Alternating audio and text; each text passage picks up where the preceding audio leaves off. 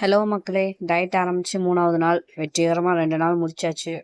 வழக்கம் போல் காலையில் எழுந்திரிச்சதும் warm water குடிச்சு முடிச்சாச்சு. அதுக்கப்புறம் நைட்டே ஊற வச்ச பாதாம் பருப்பு ஒரு 5-6 எடுத்து சாப்பிட்டாச்சுங்க.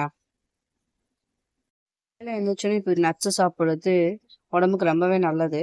அப்புறம் பிரேக்ஃபாஸ்ட் என்ன சாப்பிட்டேன்னு பார்த்தீங்கன்னா, வெறும் களியும் கருவாட்டு குழம்பும் செம்ம காம்பினேஷனுங்க. காலையில் எழுந்திரிச்சோன்னு இதான் சாப்பிட்டேன், செம்மையாக இருந்துச்சு.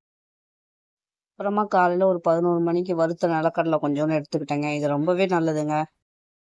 லஞ்சுக்கு என்ன பண்ணேன்னா, மணத்தக்காளி கீரை பொரியலும் பூசணிக்காய் பொரியலும் பண்ணியிருந்தேங்க.